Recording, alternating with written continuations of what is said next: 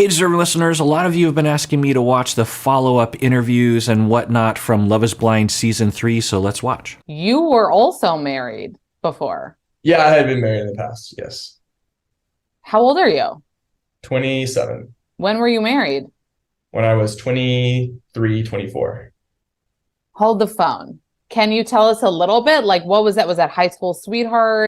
All right, so this first interview, a lot of you wanted me to watch this, is with Cole, of course, and the YouTube channel is called Dear Media Studio, and the particular show on this channel is called Not Skinny But Not Fat, and it's titled Love is Blind with Cole Barnett.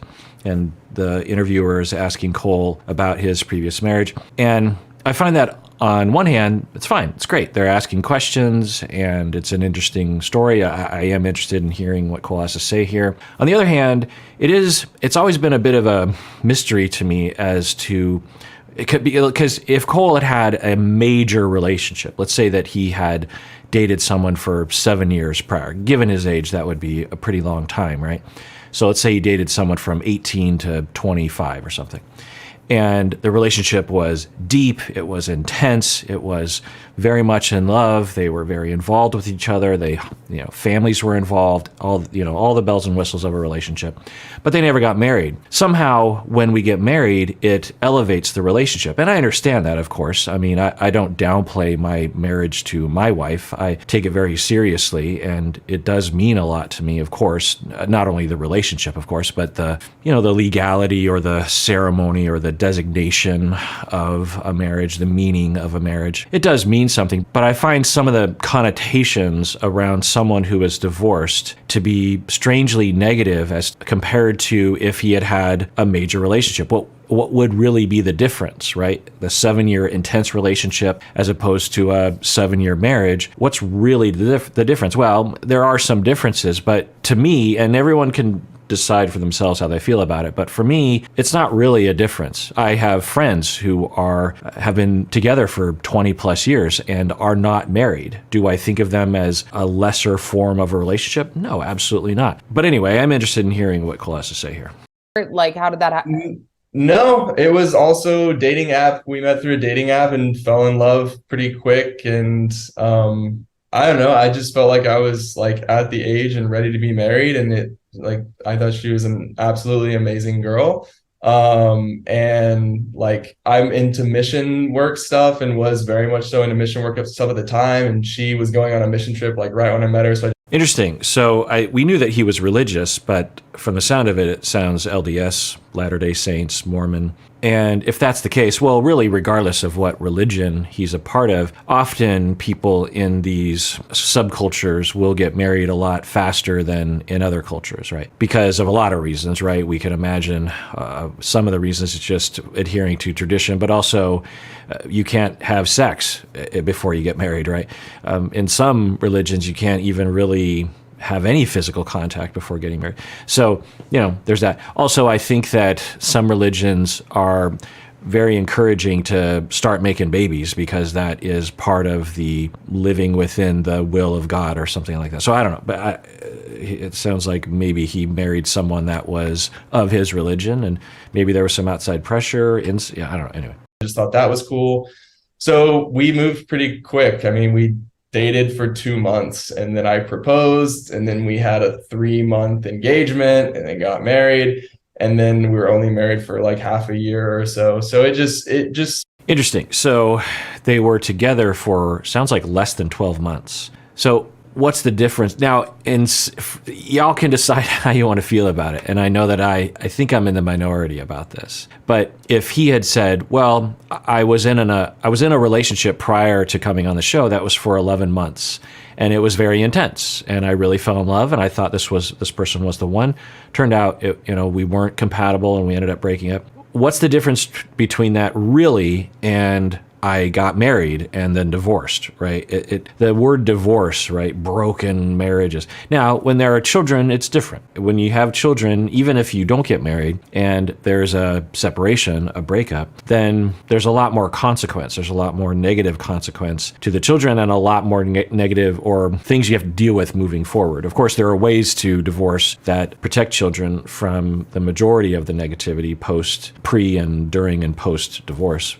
We weren't ready for it, and we shouldn't have gotten married that quickly. So Wait, could I ask a personal, were you saving yourself for marriage or something?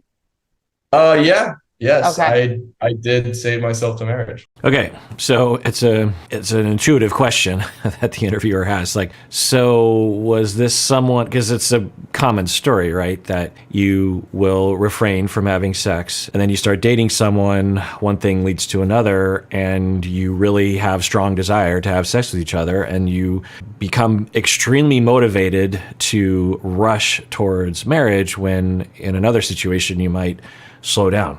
So he might be saying, yeah, that might have been a factor. Yeah. Do you feel now looking back like maybe you guys wanted to bone? No, we didn't get married just because we wanted to bone.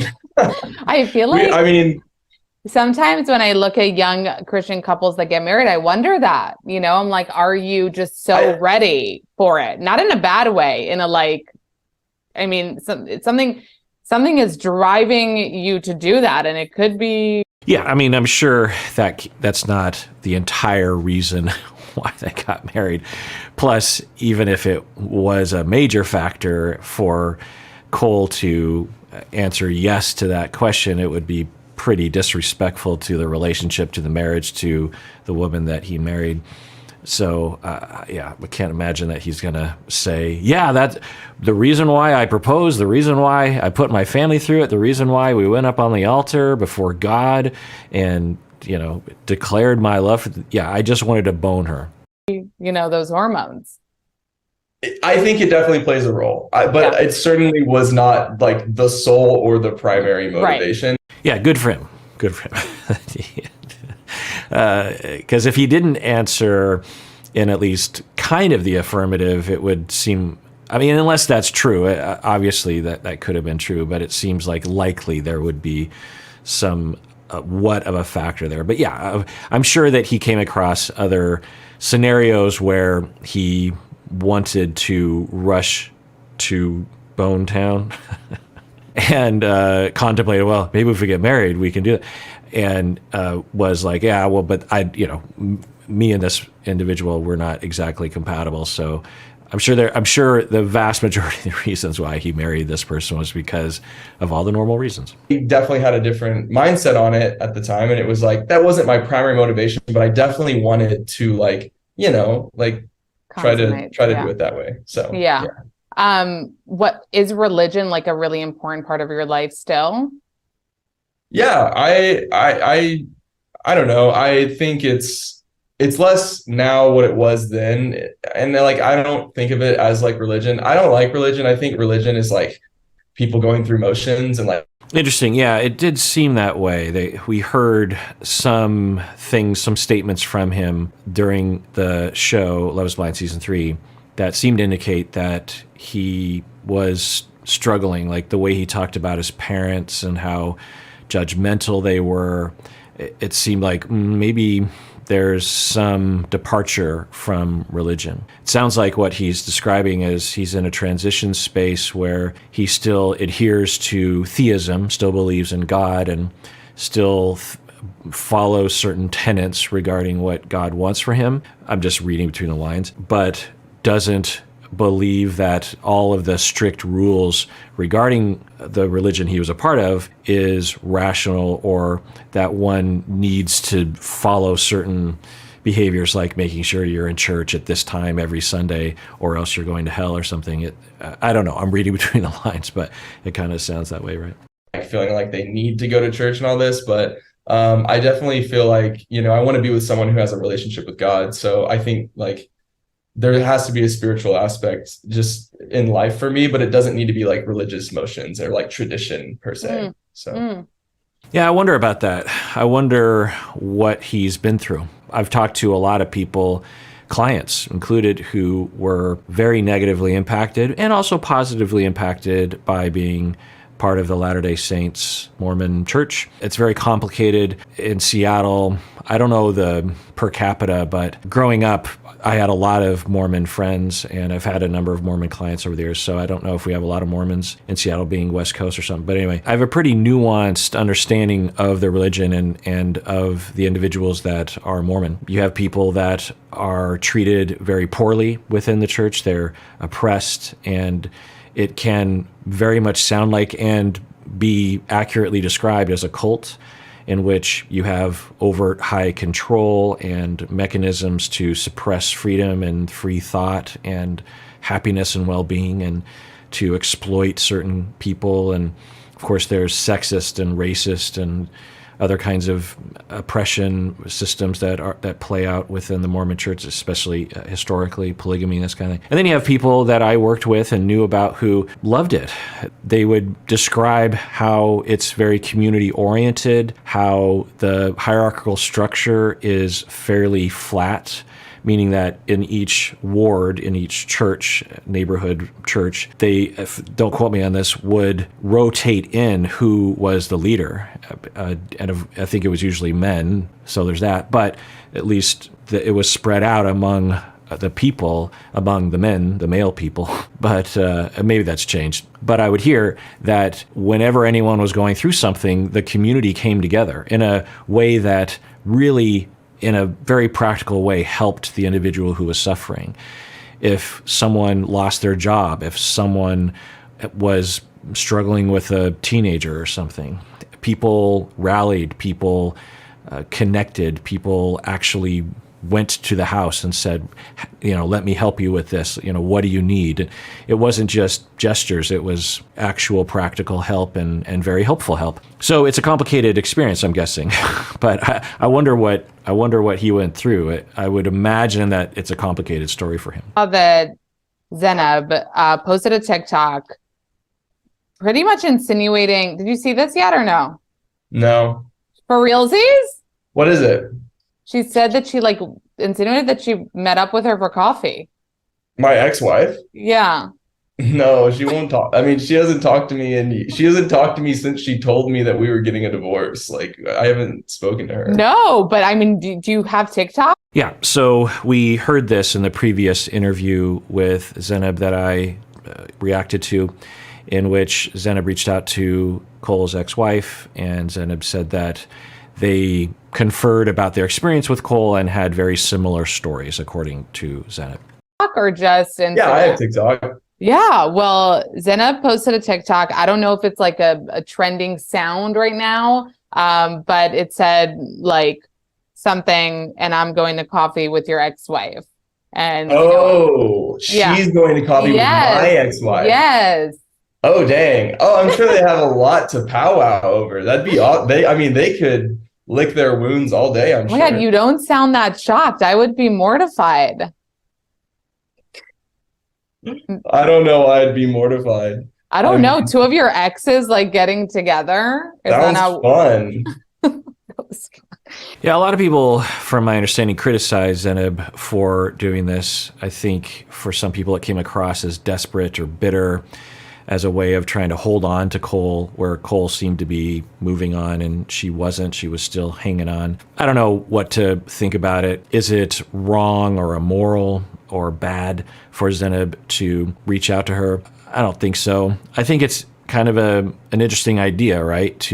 Especially if you feel hurt, to reach out to someone's former partner and be like, so this is how am I valid? And maybe you'd learn that you were distorted. Is a possibility that Zanab, meeting up with the ex-wife, found that part of what her experience was validated by the other ex-wife, but might also have provided an opportunity for Zanab to question some of her perspectives. We don't know. Now, there's another aspect to this, that Zanab actually went on social media and publicly announced that she was meeting up with her, and did disclose kind of a little bit about what that conversation was. And that's a different thing, right? It's one thing for Zanab to reach out and to say, hey, you want to chat?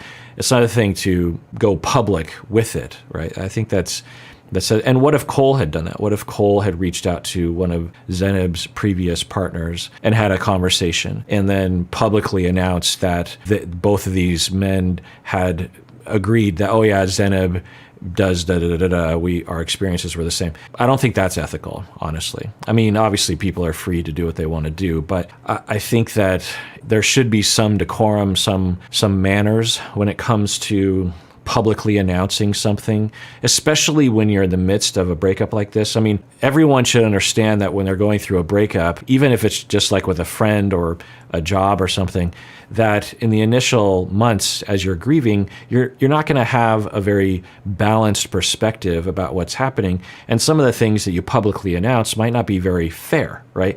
Imagine if everyone did that. Imagine if everyone upon divorcing or breaking up with someone just went on social media and just said whatever they wanted to say. Now, Zanab didn't do that, but it was in that direction. Imagine what kind of a world we would live in.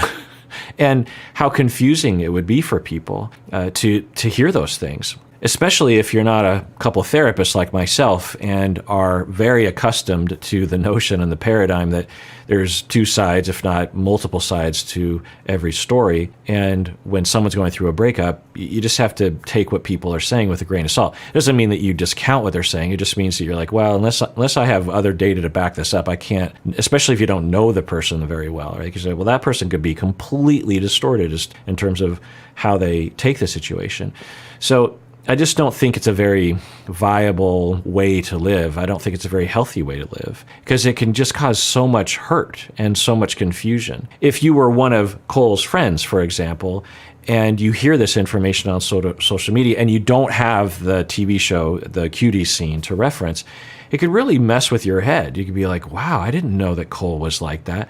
When we were there, we saw the cutie scene, we understand, or at least most people from my anecdotal experience understand that, it's more nuanced than the way Zanab presented it, right?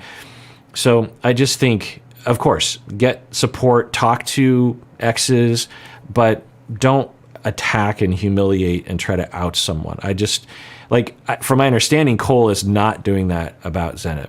Now, I could be wrong about that, but if he is, or regardless, I just think people should be careful about what they do on social media.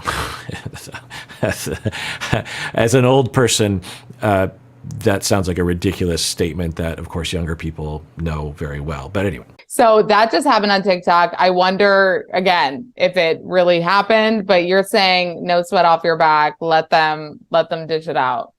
I mean, I don't know. I don't know what that would be. I still care about my ex-wife. I haven't spoken to her in so long because she canceled all forms of communication. It is kind of interesting what we're hearing, that upon breaking up, I think what Cole was saying was, I haven't talked to my ex-wife since she told me we're getting a divorce. I think that's what he said. And there's been no contact, no communication. What does that mean? I don't know. It sounds like she was very hurt and angry at Cole and blocked him, and that he was open to communication. It has that sound to it, right? Now, what does that mean? It could mean a billion different things, from he was a total abusive jerkface to she was very distorted to she just wants a clean break or whatever. It's just a lot of opportunities, but that is interesting. I don't know. What are they going to do? Get together and talk about how horrible I am? I know it's an interesting. I wonder if it's just kind of to rile up, some drums on TikTok. But people were going pretty wild, and I have to say that people's reaction seems to be that you haven't really been talking about the show or your relationship with Z, and she has been making a lot of kind of snide. Right. This is what my take was on the commentary, was that Zanab seemed to be coming across like a bitter person who's holding on too long, or maybe even trying to drum up some clout. Or, I don't know. I don't know what the accusations were specifically, and that Cole was being more differentiated and more polite, had more manners about what to do. Because, you know, there's a pretty good possibility that behind closed doors with his friends or his therapist, that he has a lot of feelings about this. But, you know, there's a time and a place. You know, it's kind of like I get tagged in about dozens of things every day that are calling her pretty harsh things and saying bad things about her. And I am not going to take the time to repost any of those or post anything negative about her, because Zanab's a good person. Like, we tried to have love. We did our best. I'm not here to spend my time like beating someone down through the internet. Yeah, commendable. I'm positive that there's a part of him that is less polite and has less manners than that. Well, I'm not 100% positive, but I'm pretty sure that he has complicated feelings. Now, it's been a while since the show happened, and he talked about, I think it's been like a year since they shot the show or close to it or something. So he's had a lot of time to recover, right? And for Zanab, you could imagine for her it would be more complicated when the show comes out. That one, I think she was more affected emotionally by the whole situation. And also the way that she came across, I think, caused her to feel like she needed to do something about her public image or respond or something. And that, I think, might have exacerbated I don't know. But I would guess that there are parts of him that are like, I would love to retweet or repost some of the things that people are saying, because I totally agree with these things, because I still am hurt to some extent about what I went through. But he's not doing that. And I think, yeah, that's... And honestly, the whole enterprise is a bit funny to me. When people actually... Like what I do, I do commentary about these shows, but I don't send the video to these individuals. I don't tag them in the videos. I mean, I don't. Stacy posts these things. My wife's behind me this wall. And I'm pretty sure, I'm 99% sure she doesn't do that. At least I should ask her and make sure, because I just don't want to bother these individuals. If they want to seek it out, then fine. But I just think that these are regular human beings with regular lives. They don't have a team of bodyguards and PR people around them, assistants that can protect them from this information. It's just regular humans living their lives.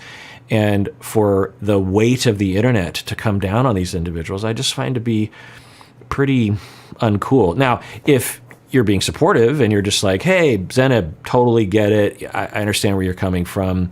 I've been there before, or I think I saw this and I feel bad for the two of you, or something, you know, okay.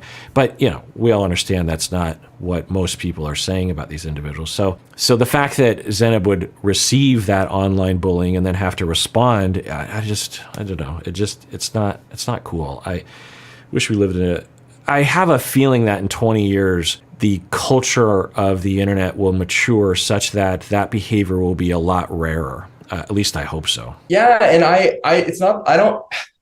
in my heart of hearts, I do, like I said, I will say what I'm saying now, and I'm like, I feel for her, you know, but I'm not gonna to defend her, because when I think about what happened, it's like, she did this to herself. Like, it was her coming after me, you know, and saying all the things that she was saying about me that ended up biting her in the ass because the truth came out. And so it's like, I'm not going to defend her. It's interesting. That's a little bit more in the direction of what I was talking about earlier, in terms of, I'm pretty sure he has feelings about this. It's not like he's completely moved on. I imagine he'll never really, we don't usually completely move on from any situation like this. So he's saying, you know, I wish the best for her, but I'm not going to staunchly defend her. I'm not going to actively fight against what people are saying about her, because she did those things. And I think by implication, he's saying that she deserves at least kind of the topic sentence of the criticism, which was that she was unfair and unfairly hurtful to Cole. I think would feel vindicated that the internet in general has sided with him on that. Now, I want to be clear, like I've been saying the whole time, as a therapist, I know better than to think I know what happened when the cameras weren't there, or even when the cameras were, because they can edit it, right? Or I wasn't really there, so I can't really feel what it was like to be in everyone's shoes. So none of us really know what was happening. I have my hypotheses that I've put forth, but there are a lot of different hypotheses. There are a lot of different ideas about what could happen, and I'm guessing that whatever I would develop as a conceptualization if I were there would be much more nuanced, much more complicated than whatever simplistic hypothesis I have now. So I'm not saying that Cole was the good guy and Zanab was the bad person. It rarely is that sort of a situation. It sometimes is, but I doubt that would be the conceptualization I would have about the two of them. Might one individual be more unfair than the other? Yeah, that can happen. But I don't see it as a black and white issue at all. And I think for Cole, he did some pretty awful things when he was calling her bipolar. Someone told me, and I think there might be an interview I'll watch later, that indicated that Zanab was the one who actually brought up the term bipolar, that she had somehow asked Cole, like, you must think I'm bipolar or something. And that introduced the topic of bipolar, which I think slightly modifies my perception of that scene, but not entirely, and certainly not the bulk of my disgust with it, because the way that Cole was talking to her, the vibe, the arrogance, and also just more generally speaking among the public when they misuse these terms. And even if she were bipolar, anyway, I've been there. So, there were things that he did that I thought were uncool. In the beginning of the season when he's talking about, I don't do nurses, like, what? Remember that stuff? So, yeah, there were some, questionable things. Now, not on the level of he's an evil psychopathic person that deserves, cyberbullying from the internet. I'm not saying that, but, I'm not saying that it's a black and white situation. All right, well, let's end it there. And when I come back, I'll continue watching other stuff. And everyone out there, please take care of yourself because you deserve it. You really, really do.